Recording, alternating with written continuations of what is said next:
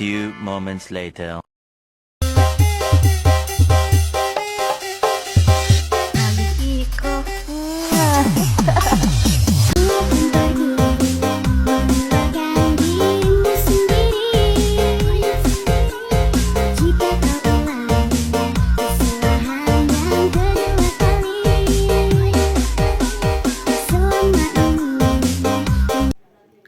Assalamualaikum warahmatullahi wabarakatuh. Halo semuanya, perkenalkan saya Febrianti, saya dari kelompok 1. Di sini saya selaku moderator yang akan memandu presentasi kali ini. Pada kelompok 1 akan menjelaskan materi tentang ejaan bahasa Indonesia. Apa itu ejaan? Ejaan bahasa Indonesia adalah seperangkat aturan yang mengatur cara kita menuliskan kata-kata dalam bahasa Indonesia. Sederhananya, ejaan adalah tata cara penulisan yang benar, sama seperti kita belajar tata krama untuk berbicara yang sopan. Kita juga perlu belajar ejaan agar tulisan kita mudah dipahami dan terlihat profesional. Kenapa sih ejaan itu penting? Yang pertama, komunikasi yang efektif. Ejaan yang benar membuat pesan kita tersampaikan dengan jelas dan menghindari miskomunikasi. Bayangkan, jika kamu menulis surat lamaran kerja dengan banyak kesalahan ejaan, tentu kesan pertama yang diterima calon pemberi kerja tidak akan baik. Kedua, profesionalitas. Tulisan yang baik mencerminkan tingkat pendidikan dan profesionalisme seseorang. Dalam dunia kerja, dokumen yang bebas dari kesalahan ejaan akan meningkatkan kredibilitas kamu. Yang ketiga, identitas bangsa. Bahasa Indonesia adalah identitas bangsa kita. Dengan menggunakan ejaan yang benar, kita ikut melestarikan dan mengembangkan bahasa Indonesia. Melalui video ini, kamu akan diajak untuk belajar. Yang pertama, memahami dasar-dasar ejaan bahasa Indonesia. Yang kedua, mengenal sejarah pengembangan ejaan. Yang ketiga, mempelajari aturan-aturan penulisan yang benar. Yang keempat, menerapkan ejaan dalam kehidupan sehari-hari. Nah, untuk lebih jelas lagi, mari kita simak penjelasan materi yang akan disampaikan oleh Kak Rafli Afilian mengenai memahami dasar-dasar ejaan bahasa Indonesia. Dasar-dasar ejaan. Yang pertama ada huruf abjad. Seperti yang kita tahu, dalam ejaan bahasa Indonesia huruf abjad terdiri dari A, B, C, D, E, F, G, H, I, J, K, L, M, N, O, P, Q, R, S, T, U, V, W, X, Y, Z. Yang kedua ada vokal dan konsonan. Huruf vokal adalah huruf yang dapat diucapkan dengan bebas tanpa ada hambatan dari organ bicara. Contohnya A, I, U, E, O. Sedangkan huruf konsonan adalah huruf yang diucapkan dengan adanya hambatan dari organ bicara. Contohnya B, C, D, F, G, H, J, K, L, M, N, P, Q, R, S, T, V, W, X, Y, Z. Yang ketiga, penulisan kata. Penulisan kata dibagi menjadi kata dasar, kata turunan, kata depan, dan kata sandang. Kata dasar adalah kata yang dapat berdiri sendiri dan menjadi bentuk dasar dari kata-kata lain. Contohnya seperti meja, makan, rumah.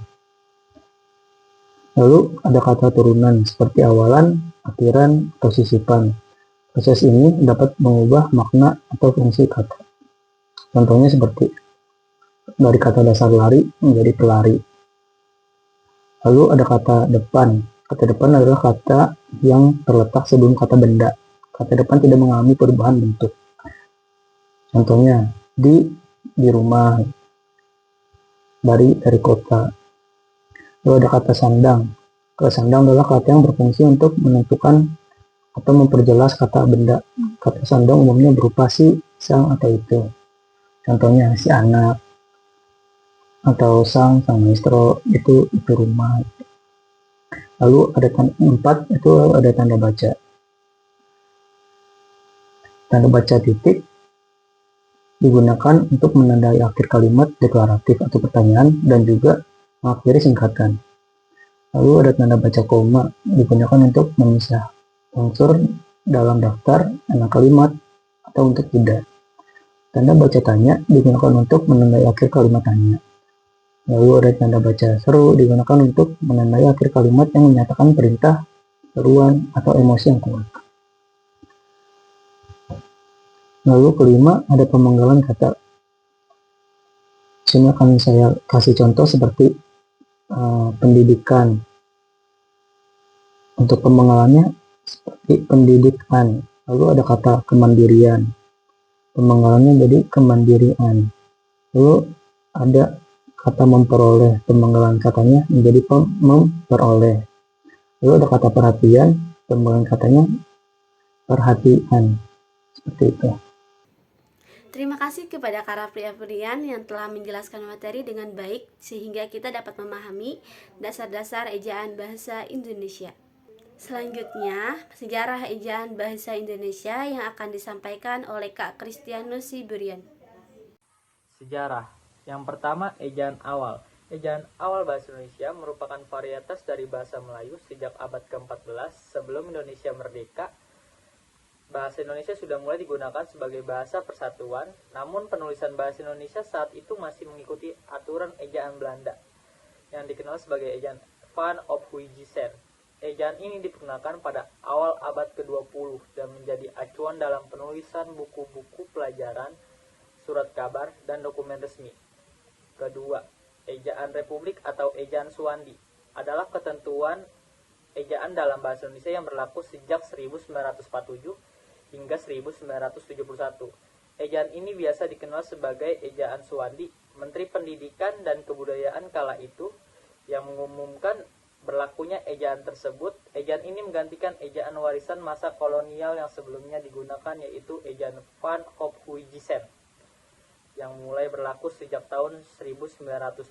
Terdapat beberapa ciri penanda lingual dalam ejaan Suwandi, yaitu penggunaan huruf OE menjadi U, bunyi sentak ditulis dengan K, kata ulang boleh ditulis dengan angka 2, dan tidak dibedakan antara penulisan sebagian awalan dan sebagian kata depan.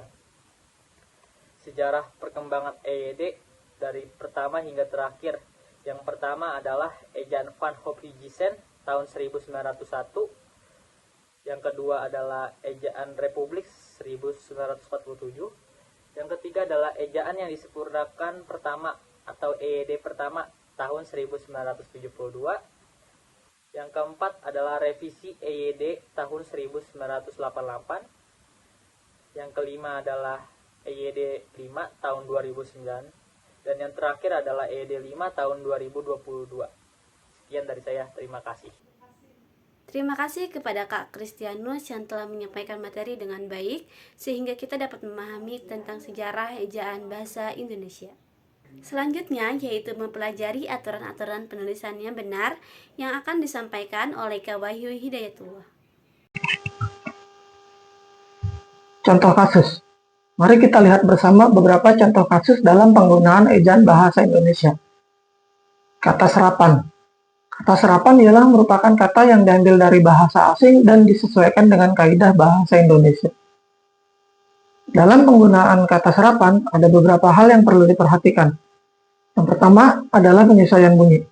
Kata serapan seringkali mengalami perubahan bunyi untuk menyesuaikan dengan bunyi bahasa Indonesia.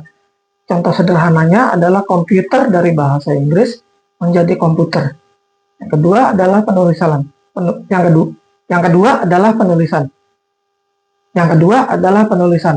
Dalam kata serapan umumnya ditulis dengan ejaan asalnya.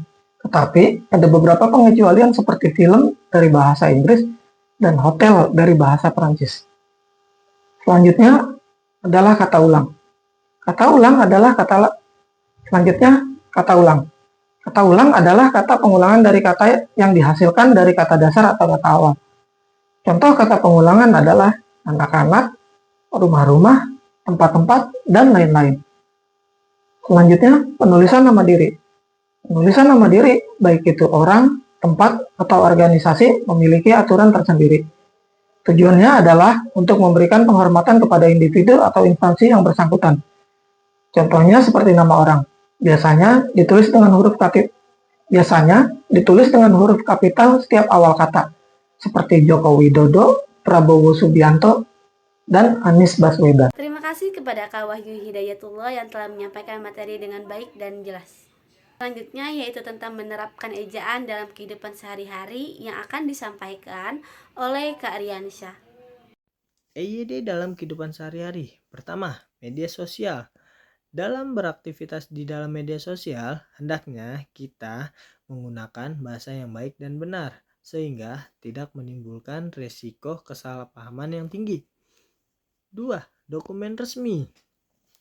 Penggunaan EYD dan tata bahasa yang baik dan benar dalam menulis dokumen resmi itu sangat penting karena berfungsi untuk memperjelas gagasan dan pesan yang ditulis oleh penulis itu sendiri.